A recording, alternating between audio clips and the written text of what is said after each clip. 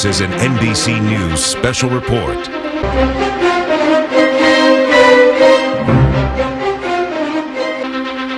This is an NBC News special report. Good morning, ladies and gentlemen. Today on this special edition of NBC's 66 Minutes, we will be examining the fall of the once mighty Soviet Union, the so-called evil empire. Now, join me as we hear from some of the world's leading historians about this fascinating and monumental epic of history in this special report of 66 Minutes, the fall of the Soviet Union.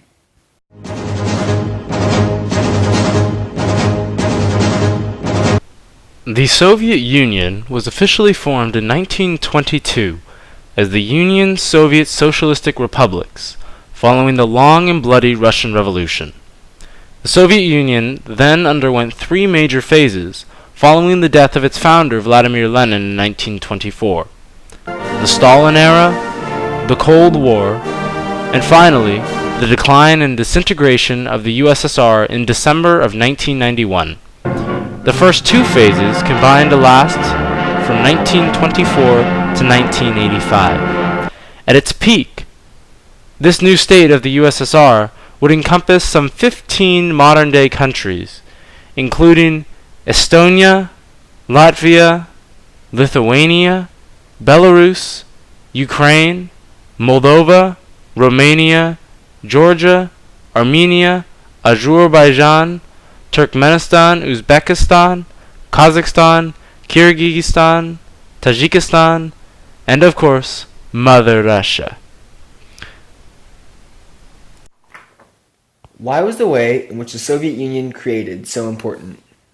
Well, you see, that's an excellent question, and I think the key part to the formation of the Soviet Union was that, more or less, it was formed from the consensual agreement of the republics, meaning, therefore, the republics could legally secede from the Soviet Union if they chose to do so.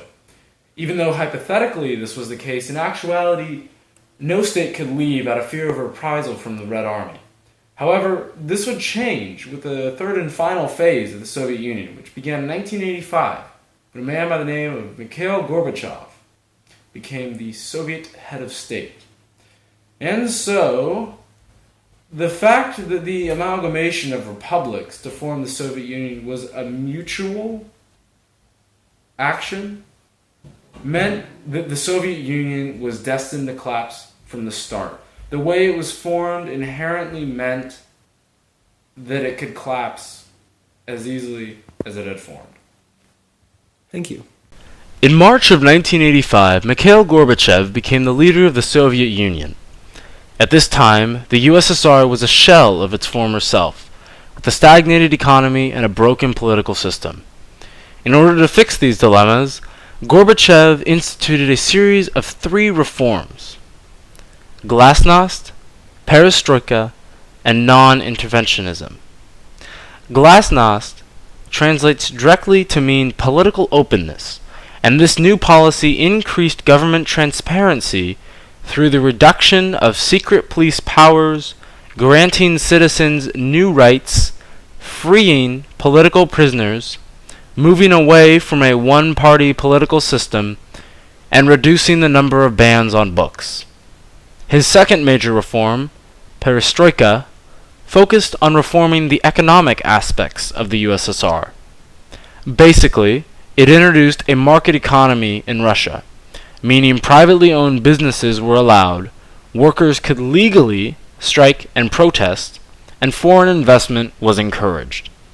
Finally, Gorbachev saw that in order to be a successful nation on the world stage, the USSR would need the support of the world. Therefore, he began a policy of non-intervention around the world, similar to the U.S. policy of non-intervention prior to World War II. This policy led to Gorbachev withdrawing Soviet troops from Eastern Europe and Afghanistan. Even though these reforms were supposed to help the USSR survive, they actually spurred its destruction.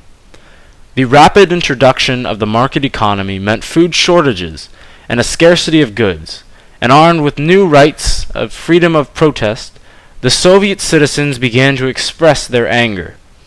This soon spread throughout the Soviet Empire, and the policy of non-intervention meant that the republics could secede without any fear of military intervention from the Soviets. And so, the revolutions began, and the collapse of the Soviet Union was set in motion. After Gorbachev allowed Soviet subject states more freedom, a series of mostly peaceful revolutions swept through the communist states in Eastern Europe in 1989, eventually leading to the fall of communism and the Soviet Union. The revolution began in Poland and spread to Hungary, East Germany, Bulgaria, Czechoslovakia, and Romania. The only violent revolution was in Romania. In all the other countries, political power was peacefully transferred to non-communist regimes. In 1990, after many protests and demonstrations, the three Baltic states, Estonia, Latvia, and Lithuania, declared their independence. Many hardline Soviet officials were becoming tired of Gorbachev's rule and initiated the August coup in 1991. Gorbachev, on holiday in Crimea, was imprisoned, and Gennady Yanev declared himself acting Soviet president. On the morning of August 19th, tanks and military units took control of Moscow under the direction of Yanev and the KGB. Boris Yeltsin, the Russian president, denounced the coup and called for a general strike to be carried out by both civilians and the military in a famous speech from atop a tank. On August 21st, communications had been re-established between Moscow and Gorbachev, who quickly ended the coup. The instigators were promptly imprisoned. This incident greatly damaged the stability of the Soviet Union, further leading to its collapse. Although the collapse of the coup brought a reprieve to the Gorbachev regime, Gorbachev was viewed by many as incompetent, which made it difficult for him to continue leading the Soviet Union. As of this point, the Soviet Union only existed on paper, with Gorbachev lacking any real power. In early December 1991, the Russian SSR president, Boris Yeltsin, met with the leaders of Belarus and Ukraine to form the Commonwealth of Independent States, also known as CIS, effectively declaring their independence from the Soviet Union. The official end to the Soviet Union came on Christmas Day 1991, December 25th, as Mikhail Gorbachev resigned as Communist Party General Secretary and as President of the Soviet Union. Boris Yeltsin then assumed the presidency of the newly formed Russian Federation, and the Soviet flag was lowered from the Kremlin in Moscow. Within 2 years, the final 9 republics, which were a part of the Soviet Union, would declare themselves independent states, marking the end of one of the most precarious epochs of history, the Cold War. The United States was elated with the collapse of the Soviet Union, feeling victorious over an age-old enemy. However, as many historians astutely point out, the U.S. did not win the Cold War. The Soviets lost the Cold War. Having put too much emphasis on military spending and other military expenditures, the Soviets lacked the necessary resources to jumpstart their domestic economy, leading to the sort of economic downturn which ultimately led to the collapse of the state.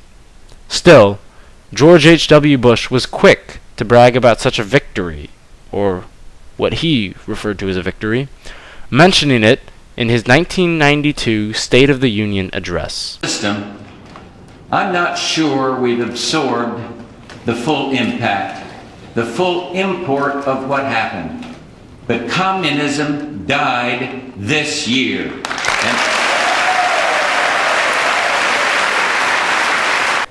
It did not take Yeltsin much time to begin implementing his ideas, such as embracing the free market ideals and allowing for an even more capitalistic economy than Gorbachev had with his economic reforms of the mid-1980s. Coupled with corruption, lawlessness, and decreasing industrial output, Russia soon fell into a deeper economic deficit. People became increasingly disenchanted with the new Russian Federation due to this economic turmoil. In fact, during the Yeltsin years, the Russian GDP lost roughly $300 billion, equal to some 25% of their total economy gone in less than 5 years under Yeltsin. Specifically, people were angry that wealth disparity had not decreased, but rather increased. People wished they could take their vodka and their swords and take back the money that was theirs. However, Yeltsin was able to avoid another complete government collapse. However, he eventually did resign due to the problems which began with the dissolution of the Soviet Union. Good thing there weren't more drunk Russians in the streets. Maybe they should try prohibition. Yeah, Professor Gullickson, Yeah. could you please explain the importance of the collapse of the Soviet Union, specifically the long-term effects? Why, certainly, sir. Well, not many people outside Russia were very disappointed when the Soviet Union collapsed, besides those who are using it to gain power. One important long-term effect was that the concept of communism lost popularity, while democracy and capitalist ideals grew. And because we are America, we like that. Since many countries were left in financial ruin, they tried to quickly rebuild their economies. And soon after the Soviet Union fell, the European states joined the European Union. And there was a mad dash across Europe to reorganize like the herding the cattle. And so concludes this edition of 66 Minutes. Thank you for joining us. We hope that you learned something about the world that we inhabit as human beings. Oh wait, I'm getting a call from one of our evening news anchors. One moment, please. Yes? Are you sure you want to do that? Okay. He wishes to say one quick remark before we end the show regarding Russia. But that's all from me. Thank you, and have a good day.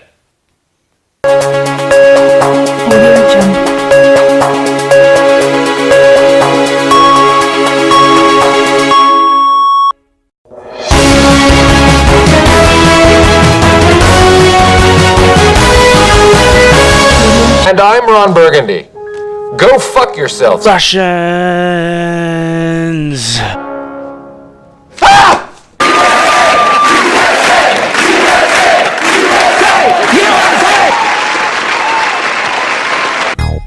Will the real Mitt Romney please stand up? I repeat, will the real Mitt Romney please stand up? We're gonna have a problem here. Y'all act like you haven't seen a Mormon before. George, down on the floor. I'm not concerned about the very poor. Got it wrong. Sorry, that's not what I meant. I want every American to be in the top 1%. I'm really named Willard. That's my first name. I'm not looking for a colony on the moon, just for someone to blame. I like being able to fire people. I'm Newt Gingrich. You're fired. I'm Rick Santorum, and I'm fired. Boom, boom, boom. Conservative women love